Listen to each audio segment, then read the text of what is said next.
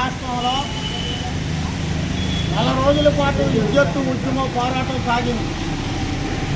ఇదే రోజున 2000 సంవత్సరం ఇదే 28వ తారీఖున బషీరాబాద్లో పెద్ద ఎత్తున 9 వామపక్షాలు, దీంతో పాటుగా కాంగ్రెస్ పార్టీ కూడా కలిసి వచ్చింది. ఈనాడు పాలనలో ఉన్న కూటమి పాలనలో ఉన్న చంద్రబాబు నాయుడు ఆనాడు కూడా అధికారంలో ఉన్నాడు.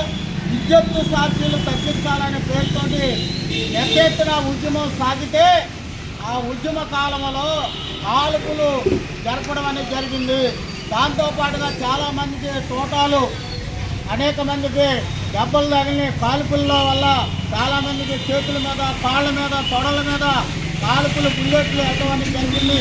అందులో మరణించిన వాళ్ళు రామకృష్ణ, కృష్ణార్జునరావు, బాలస్వామి అనేటువంటి వాళ్ళు ఈ ముగ్గురు ఆనాడు ఆ ప్రభుత్వం తుపాకీ కాల్పుల్లో మరణించిన వాళ్ళకి ఈ రోజున మనం ఈ రోజున ఈ 25వ సంతాప తీర్మానం సందర్భంగా వాళ్ళకి మనం ఈ రోజున సంతాపం జరపవలసిన సందర్భం ఉంది. ఆ ఉద్యమ పోరాటాన్ని స్ఫూర్తితోటి ఈ కార్యక్రమం జరుగుతుంది.